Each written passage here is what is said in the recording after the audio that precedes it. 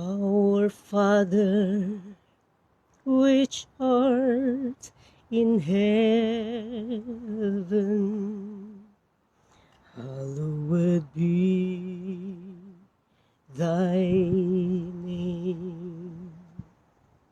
Thy kingdom come, thy will be done on earth as it is in heaven.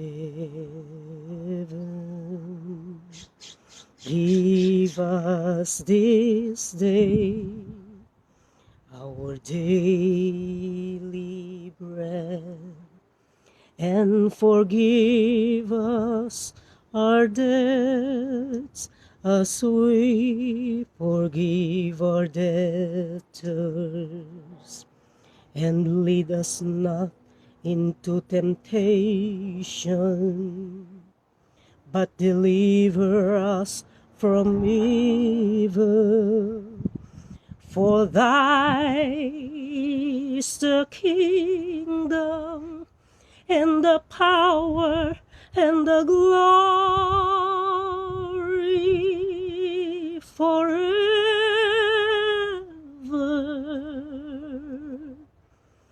Amen.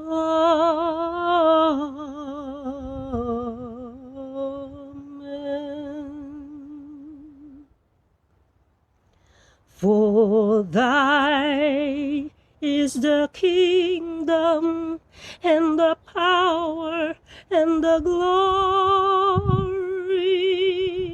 forever.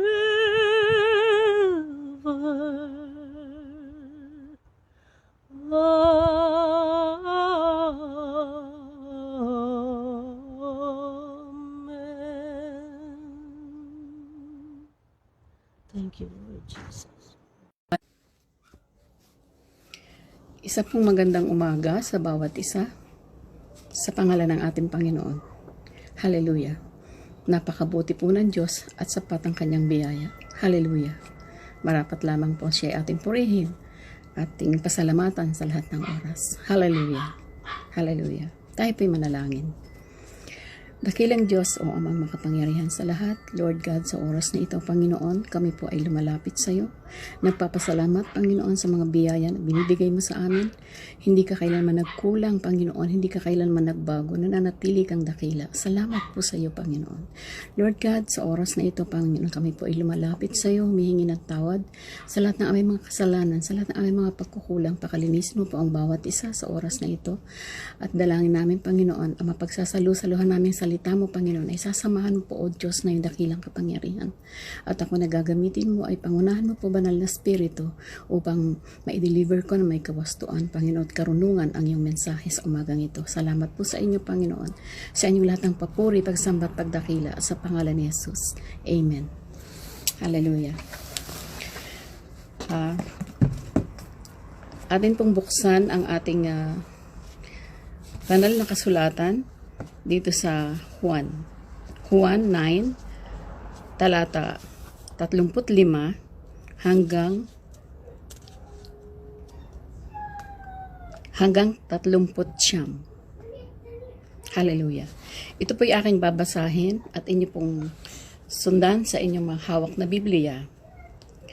Sabi po dito, nabalitaan ni Jesus na ang lalaking pinagaling niya ay itinawalag ng mga Pariseyo. Kaya tinanong niya ang lalaki nang matagpuan niya ito, sumasampalataya ka ba sa anak ng tao? Sa 36 po, sumagot ang lalaki, sino po ba siya, Ginoo? Sabihin niyo sa akin upang ako'y manampalataya sa kanya. Siya'y nakita mo na, siya ang nakikipag-usap sa iyo, ani Jesus. Sumasampalataya po ako, Panginoon, sabi ng lalaki, at sinamba niya si Jesus. Sinabi pa ni Jesus, isang kahatulan sa sanlibutan na magpagparito ko upang makakita ang mga bulag at mabulag ang mga nakakakita. Sa verse 40 po, narinig ito ng ilang Pariseyong malapit sa kanya at siya'y tinanong, ibig mo bang sabihin, bulag rin kami? Sumagot si Jesus, kung kayo bulag, wala na sana kayong kasalanan. Ngunit sinasabi ninyong nakakakita kayo, kaya't mananatili ang inyong mga kasalanan. Purihin ang Panginoon sa kanyang mga salita sa umagang ito. Hallelujah. Purihin ang Diyos. Hallelujah. Mapapansin po natin na kung sino pa po yung may kapansanan, sila po yung nakakakaktaan natin ng kababaang loob. Sila po yung may takot sa Diyos. Sila pa po yung mayroong malambot na puso, may bukas na isip. Hallelujah. At madaling manampalataya. Hallelujah. Bagamang ang iba sa kanila ay masungit at iritado dahil sa kanilang kalagayan, moody sila, pero sila yung mga taong may tiyaga at madaling makinig at sumampalataya. Gaya na nga po ng bulag sa istoryang ito na matyagang naghihintay sa ating Panginoong Hesus. Hallelujah. Sa Mateo 9:27-31 po, Hallelujah, Jesus, sabi doon, patuloy nilang sinundan-sundan si Jesus. Naroon yung tugon nila, naroon yung tiyaga nila sa pagsunod sa Panginoong Hesus. Hallelujah. Kung titingnan po natin, napakahirap po sa isang bulag. Yung sumunod kayo na sumunod. Dahil hindi naman nakikita yung kanilang sinusundan. Oo nga't naririnig na nila na andyan ang Panginoong Hesus, pero paano sila makakasunod? Hindi sila nakakakita. Hallelujah. Pero nagtiyaga pa rin daw po na sumunod itong dalawang bulag na ito. Hallelujah, Jesus. Sunod po sila ng sinunod hanggang sa kanilang makatagpo ang Panginoon. Hallelujah, Jesus. Marahil po ay ito ay sa pamamagitan ng kanilang mga pang-amoy, sa pamamagitan ng kanilang pandinig, ay natukoy niya kung nasaan ang Panginoon. Hallelujah. At naroon po yung tunay na pagkakakilala niya sa Panginoon. Siya po ay sumigaw, sigaw po sila na sigaw, anak ni David, mahabag po kayo sa amin. Hallelujah, ang sabi ng dalawang bulag. Hallelujah. Naroon po yung tunay na pagkakakilala niya sa Panginoon na sinabi niyang anak ni David, na ibig sabihin ay lahi ni David. Mahabag po kayo sa amin. Hallelujah. At naroon ang kanilang pananampalataya at paniniwalang sila ay mapapagaling ng Panginoong Hesus. Naroon yung eagerness nila na malapitan nila si Hesus. Hallelujah. Sa Mateo 9:29, hinipo ng Panginoong Hesus ang kanilang mga mata at sila'y gumaling. Dahil naroon ang malaking pananampalataya nila sa Panginoon. Sinabi sa kanila ni Hesus, huwag niyong sabihin kanino man, hallelujah. Ngunit sa tuwa ng dalawang pinagaling ay ibinalita nila sa lahat ang ginawang pagpapagaling sa kanila ni Hesus. Sobrang tuwa po ng dalawang bulag na sila'y pagalingin at di po nila napigil yung kanilang mga sarili na ipamalita ang kagalingan ay pinagkaloob sa kanila ng Panginoon. Hallelujah. Sa Bethsaida man po ay mayroong isa ring lalaking bulag sa Mark 8:22-26. Siya po ay pinagaling ng Panginoong Hesus at sinabing umuwi na at huwag nang dumaan sa bayan dahil ayaw ni Hesus na siya'y gambalain at siya'y huhulihin ng mga Pariseyo. Hallelujah. Sa Mark 10 po, si Bartimeo sa Jericho ay isa ring pulubing bulag. Namamalimos po siya, nakaupo sa tabi ng daan. Narinig niya noon na ang taga-Nazaret na si Jesus ay darating. So sumigaw po siya. Nagsumamo kay Jesus na siya'y pagalingin. Sinasabay po siya ng mga tao, pinatatahimik. Ngunit lalo lamang po siyang humiyaw ng humiyaw at sumigaw ng sumigaw. Hallelujah. Dala ng pagnanais na siya ay gumaling. Hallelujah. Hallelujah. Sinabi ni Jesus, anong gusto mong gawin ko sa iyo? Napakagandang katanungan, ano po? Napakagandang tanong. Tanong na handang magpala. Tanong na handang magbigay. Yun na po yung time na hinihintay ng bulag na ito. Hallelujah, Jesus. Kaya natuwa po siya. At sinabi po niya, gusto ko pong makakita. Sinabi ni Jesus, hallelujah. Humayo ka, pinagaling ka na ng iyong pananampalataya. Gumaling po siya dahil sa pananalig niya sa Panginoon. Hallelujah. Hallelujah. Pananalig po ang nagpapagaling sa atin. Kung wala po tayong pananalig at di naniniwala na kaya tayong pagalingin ng Panginoong Hesus, gagaling po ba tayo? Di po ba hindi? Dahil sa pananampalataya lamang po nakakamit ang kagalingan mula sa ating Panginoong Hesus. Amen. Sila ay nakakita na sinabi ng Panginoon, hallelujah. Hallelujah. Gumaling ka mula sa iyong pananalig. Hallelujah. At sa John 9 verse 1 po, Marami po, meron po siyang nasalubong na mga bulag din po sa paglalakad. Siya'y bulag. Merong isang lalaking na nasalubong niya sa paglalakad. Siya'y isang bulag. At mula nang isinilang, bulag na po siya na siya isinilang. Tinanong ng mga alagad si Jesus. Sabi ng mga alagad, nagkasala po ba ang kanilang mga magulang? O siya, kaya siya nabulag? Hallelujah. Sagot ni Jesus, ipinanganak na bulag ang taong ito, di rin nagkasala ang kanyang mga magulang. Sino man sa kanila ay walang kasalanan, kundi pinanganak siyang bulag para mahayag ang kaluwalhatian at kapangyarihan ng Diyos. Hallelujah. Sabi po dito, para daw po mismo makita ng tao ang pagliligtas o pagpapagaling ng Panginoong Jesus. Paraan po ito ng Panginoon para makita ang kanyang kapangyarihan. Hallelujah. Hindi po nagkasala ang sinuman. Hallelujah. Sa verse 6 po, lumura po si Jesus sa lupa at ginawang putik at ipinahid sa mga mata ng bulag. At sinabi, pumunta ka sa deposito ng tubig sa silo, maghilamos ka. At ginawa nga po ito ng bulag at pagbalik niya, siya po'y nakakakita na. Hallelujah. Si Jesus po ang tunay na kagalingan. Si Jesus po ang dakilang manggagamot. Lahat ng uri ng karamdaman pinagagaling ng ating Panginoon. Hallelujah. Dahil siya po yung ating great healer. Hallelujah. Purihin ang Panginoon. Hallelujah. Sa verse 8 po, di nakilala ng mga kapitbahay ang lalaking dating bulag, pero nakilala siya nung ilan. Hallelujah. Nagpatunay ang lalaki na siya'y pinagaling ni Jesus. Sa verse 13 po, at ang nagpapagaling ng bulag si Jesus ay ang pinagaling ni Jesus ng mga bulag na ito ay kumalat at naging sanhi ng pagsisiyasat ng mga Pariseyo. Di daw sila mula sa Diyos. Di daw siya galing sa Diyos dahil siya raw po ay nagpapagaling sa araw ng Sabat. Makikita po natin dito, si Jesus ay nagpagaling kahit araw po ng Sabat dahil naroon po yung kanyang tunay na pag-ibig, pagmamalasakit. Ang nagtulak po sa kanya para magpagaling sa araw ng pamamahinga ay yung kanyang pag-ibig, yung kanyang awa at malasakit sa taong bulag.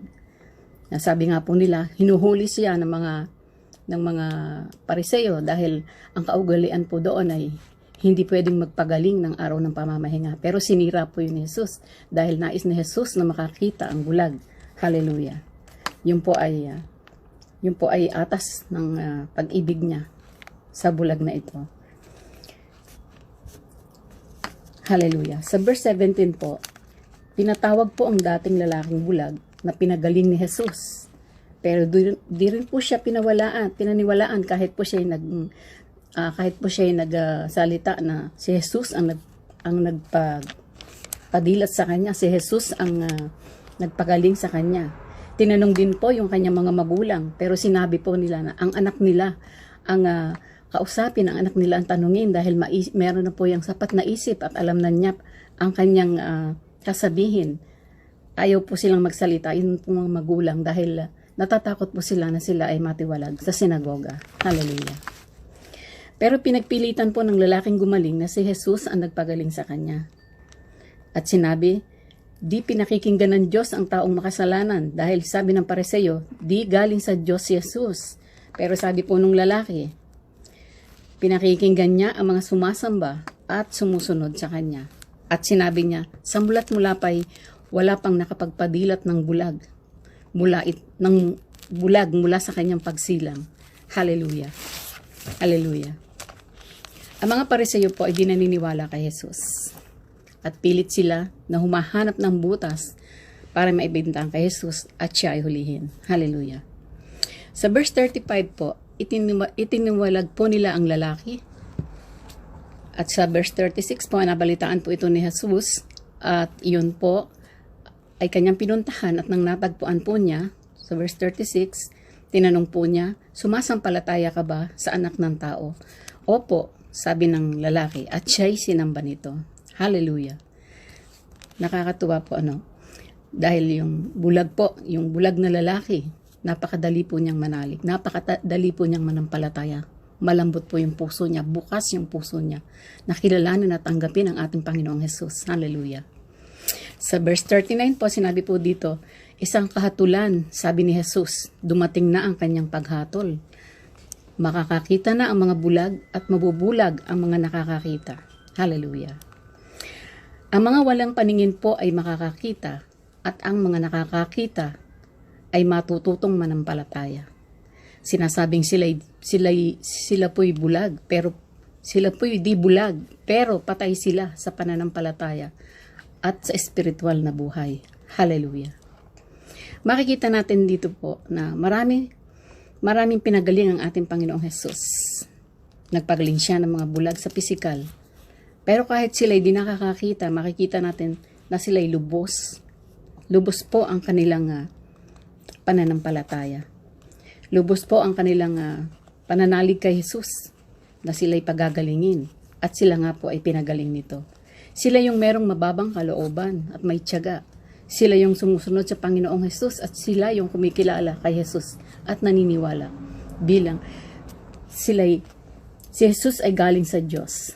Sinasabi nilang si Jesus ay galing sa Diyos. Nananampalataya po sila at si Jesus ay anak ni David. Galing sa lahi ni David. Naroon po yung kanilang matyagang pananampalataya, pananalig kay Jesus. Hallelujah. Kaya po sila ay matyagang naghintay kay Jesus at nagtamo po sila ng kagalingan. Hallelujah. Sa verse 40 po, sinabi po ng mga Pariseo kay Jesus, ibig mo ba sabihin bulag din kami? Sinabi ni Jesus, kung kayo'y bulag, wala sana kayong kasalanan, ngunit sinasabi niyong kayo'y nakakakita, kaya't nananatili sa inyo ang kasalanan. Hallelujah. Atin pong makikita dito, ang mga Pariseo po ay bulag, patay sa espiritual. Hallelujah. Wala silang pananampalataya sa Diyos. Hallelujah. Hallelujah. At wala ring alam tungkol sa Panginoon. Hindi naniniwala sa Diyos. Ayaw po nilang tanggapin ang Panginoong Jesus. Ayaw po nilang makita yung katotohanan. Hallelujah. Sila po yung mga bulag sa katotohanan. Sabi nga po sa John 8:31, kung makikita mo, kung malalaman mo ang katotohanan na magpapalaya sa iyo. Hallelujah. Hallelujah. Ayaw nilang makita ang katotohanan, sila po yung mga bulag sa katotohanan. Nire-reject nila ang katuroan ng Panginoong Jesus. Sila'y walang lugar sa kaharian ng Diyos. Hallelujah. Ito pong mga Pariseyong ito, sila po yung mga taong nagdaramit ng mahahaba na may palawit sa laylayan at inaagaw po ang atensyon ng mga tao sa labas ng bayan. Hallelujah. Mga taong mapagpaimbabaw. Gusto nila'y sila'y laging pinupuri, pinag-uusapan. Hallelujah. Nagbibigay ng limos, ngunit iba ang motibo. Hallelujah. Hallelujah. At higit sa lahat, ayaw kumilala at walang pagkakaalam sa tunay na Diyos. Hallelujah. Hallelujah. Wala po silang alam sa katotohanan at sila po'y mapapahamak. Sabi nga po'y napapahamak daw po ang tao dahil sa kakulangan, sa kaalaman. Sabi po sa Hosea 4:1. Hallelujah. Hallelujah. Glory to God. Sa panahon po natin ngayon, napakarami po ang spiritually dead, spiritually blind. Hallelujah. Walang pag-ibig sa Diyos, sa kapwa. Walang pananampalataya sa Diyos, nagre-reject ng salita ng Diyos. May matitigas na puso, mapagmalaki, mapagmayabang. May matataas na pride. Hallelujah.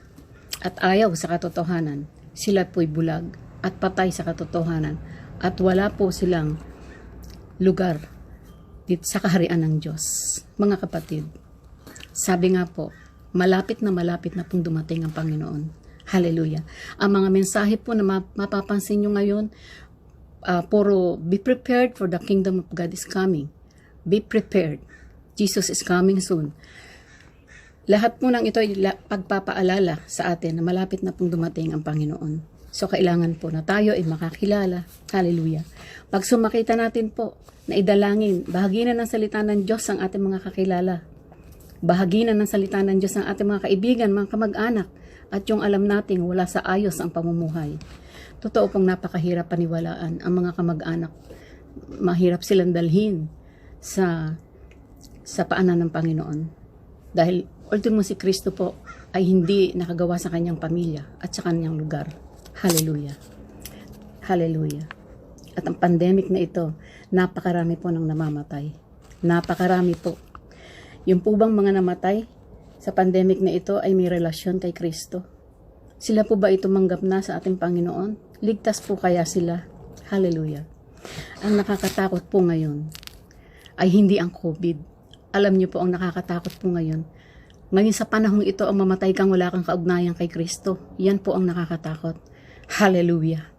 Hallelujah. Bago po mahuli ang lahat, tayo po'y kumilos. Tayo po'y maghanda. Tayo po'y patuloy na gumawa, magpakabisi sa paggawa. At pagmalasakitan po natin ang mga kaluluwa. Hallelujah. Salamat po sa Panginoon. Hallelujah. Salamat po, O Diyos, sa salita mo na nahayag sa umaga nito. Hallelujah. Sa inyo po na nais sumabay sa aking panalangin, sa inyo po na wala pang pagkakaalam sa Panginoon at pagkakakilala, wala pang relasyon sa Panginoon, sumunod po kayo sa akin sa isang panalangin ng pagtanggap. Panginoong Jesus, dakilang Diyos na makapangyarihan sa lahat. Ako po, Panginoon, ay taos puso na lumalapit sa inyo. Nagsisisi ako sa lahat ng aking mga kasalanan, sa lahat ng aking mga kahinaan. Patawarin mo po ako, Panginoon, at tinatanggap kita sa buhay ko bilang aking Diyos na tagapagligtas at Panginoon ng aking buhay. Mula sa oras na ito, ikaw na po ang maghari sa buhay ko. Hallelujah. Salamat po, Panginoon. Tayo po'y manalangin. Hallelujah, Jesus. Panginoon, Diyos na makapangyarihan sa lahat. Ako po ay dumudulog sa iyo sa oras na ito. Dalangin ko, Panginoon, ng mga kaluluwa na wala pa sa iyo, Panginoon. Lord God, kayo po mag-provide, Panginoon, ng mga tao, Panginoon, na magpapahayag sa kanila, na magtuturo sa kanila, na ikaw ang Panginoon Diyos, ikaw lamang ang kapagliligtas, ikaw lamang, O Diyos, ang pinagmumulan ng kaligtasan. Walang ibang kaligtasan kundi ikaw, Panginoon. Hallelujah. Sapagkat sinabi, Panginoon, na walang ibang kaligtasan maliban sa iyong pangalan, ang Panginoong Jesus. Hallelujah, Jesus. Hallelujah. Ikaw at wala na po kaming ibang kaligtasan na inaasahan pa. Hallelujah. Salamat po sa inyo, Panginoon. Lord God, hawakan po at pagpapalain, O Diyos, ang organization Door of Faith, Panginoon, sa pangunguna ni Pastor Joseph Masaredo. Ibe-bless mo po siya, Panginoon, patuloy na bigyan ng kalakasan pisikal. Pagpalain mo po siya sa kanyang paglilingkod sa iyo, higit ang spiritual niyang buhay, Panginoon. Pagpalain mo ang kanyang asawa at mga anak, Panginoon. Pagpalain mo ang kanyang buong nasasakupan, Panginoon.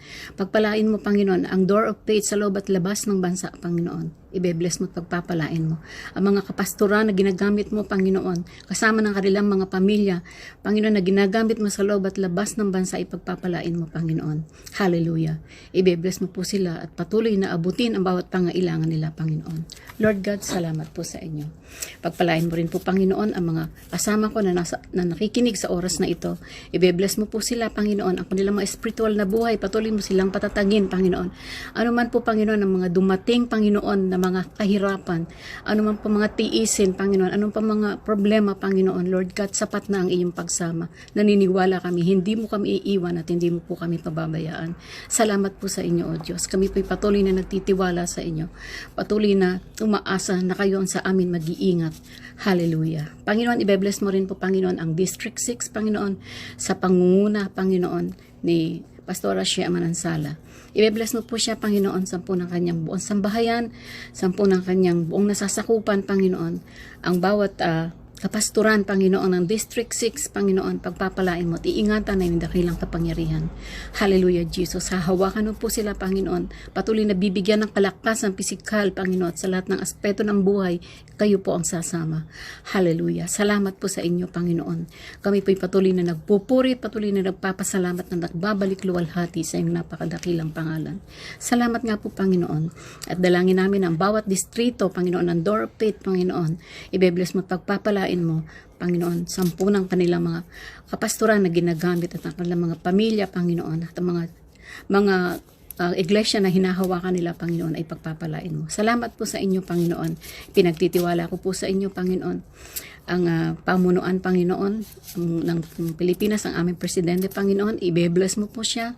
Patuloy na bigyan ng kalakasan pisikal at pagpapalain mo po ang kanyang tungkulin, Panginoon, ay sasamahan mo, Panginoon. Lalo tigit yung mga desisyon niya, Panginoon. Ibe-bless mo po siya hanggang sa pinakamababang sangay ng barangay, Panginoon. Ibe-bless mo. At pagpapalain mo po, Panginoon, ang pandemic na ito, Panginoon, ikaw po ang magpapala, Lord God. Hahawakan mo ang mga tao, Panginoon. Iingatan mo po sila at ilalayo sa karamdaman, sa COVID, Panginoon. Lord God, yung pong naapektado ng COVID, pagagalingin mo, Panginoon. Hallelujah. At patuloy na pababain mo po ang mga cases na ito ng COVID hanggang sa ito ay tuluyang mawala. Panginoon, hawakan mo po yung vaccine, Panginoon, na sinasabi, Panginoon, na darating na. Lord God, kayo po ang magpapala. Hindi niyo po kami iiwan, Panginoon. Hindi niyo po kami pababayaan. Kayo na po saan ang bahala sa aming lahat. Sampu ng lahat ng aming mga mahal sa buhay, ng aming mga pamilya, ng aming buong angkan, ng aming mga kapatiran, Panginoon. The whole body of Christ, Lord, pinagtitiwala ko po sa iyo. Protect us, O Lord. Cover us with your precious blood. In Jesus' name we pray. Amen. Salamat po sa inyong lahat. Pagpalain po tayo ng Panginoon at magandang araw po sa inyong lahat.